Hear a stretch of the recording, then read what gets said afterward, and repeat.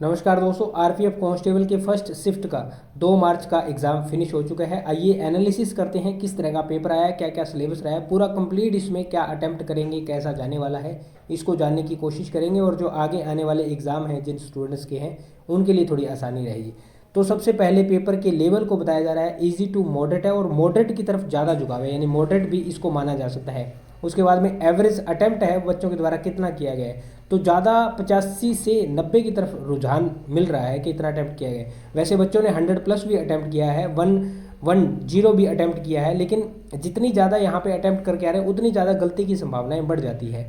तो ज़्यादा गलती नहीं करनी है क्योंकि नेगेटिव मार्किंग भी है। और एक गलती की चीज़ मैं यहाँ पे बता दूँ आपको, 10 से 12 क्वेश्चन तो गलत हो जाते हैं तो ठीक रहता है, लेकिन इससे ज़्यादा यदि आप गलत करने की कोशिश करते हो या गलती से हो जाते हैं तो वो ठीक नहीं रहता है, फिर उसमें नेगेटिव मार्किंग ज़्यादा इफेक्ट कर जाती है आपके लिए। फिर जो अटेंडेंस है उसको जान लेते हैं कितनी है। नॉर्मली एग्जाम्स के अंदर हमने देखा है, सभी एग्जाम्स के अंदर मोस्टली यही होता है, 65 के आसपास अटेंडेंस रहती है। वही इसी एग्जाम में देखने को मिल रहा है, 65 to 70 के आसपास अटेंडेंस यहाँ बताई जा रही है। सिलेबस के अकॉर्डिंग, सिलेबस कैसा है, सिलेबस के अकॉर्डिंग पूरा एग्जाम बताया जा रहा है। सिलेबस के अकॉर्डिंग जैसा रेलवे का प्रीवियस ईयर्स के अंदर डाटा देखा गया है, जो एग्जाम है उस सिलेबस के अकॉर्डिंग रेलवे कंडक्ट करवाता है, तो इसमें भी रेलवे खरा उतरा है, सिलेबस के अकॉर्डिंग पूरा एग्जाम है। उसके बाद हम जो सिलेबस है उसके हिसाब से बात करें कि कौन से सिलेबस में कितना आया, तो सबसे पहले यहाँ पे हम साइंस को जानने की कोशिश करते हैं। साइंस के बताए जा रहे हैं कि 5 से 6 क्वेश्चन देखने को मिले, कहीं 2, कहीं 3, कहीं 4, कहीं 5, इस तरह से। और इसके अंदर आपका फिजिक्स, केमिस्ट्री, बायो तीनों ही सिमट चुके हैं, कहीं 2 क्वेश्चन किसके, 3 क्वेश्चन किसके, 1 क्वेश्चन किसका, इसी तरह से पूरा उनको डिवाइड किया गया है। फिर हम जीके जीएस की यदि हम बात करें तो हिस्ट्री, ज्योग्राफी, पॉलिटी, इकोनॉमिक्स, ये जो आपके पोर्शन है इनके अंदर से 2 क्वेश्चन, 3 क्वेश्चन ऐसे क्वेश्चन लिए गए हैं।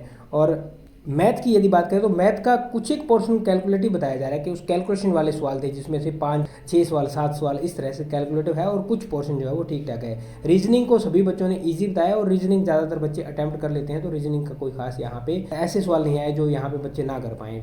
उसके बाद यदि हम करंट अफेयर की बात करें तो करंट अफेयर हर एक एग्जाम में नॉर्मली 8 से 10 क्वेश्चन तो देखने को मिलते हैं, लेकिन इस एग्जाम के अंदर बच्चों के द्वारा बताया है 10 प्लस क्वेश्चन है। इवन यहाँ 15 प्लस के आसपास कई बच्चे क्वेश्चन बता रहे हैं, तो कई बार 10 प्लस भी हो जाते हैं, लेकिन जो 15 प्लस वाला है वो थोड़ा सा यहाँ पे डिफिकल्ट होगा, क्योंकि करंट अफेयर का लेवल बहुत ही ऊपर होता है, और क्या करंट अफेयर में से पूछ लिया जाए तो यहाँ थोड़ा सा स्कोर डाउन हो सकता है। और जो करंट अफेयर है वो प्रीवियस 2 ईयर्स का करंट अफेयर बताया जा रहा है कि प्रीवियस 2 ईयर्स के करंट अफेयर में से ज़्यादा क्वेश्चन पूछे गए हैं।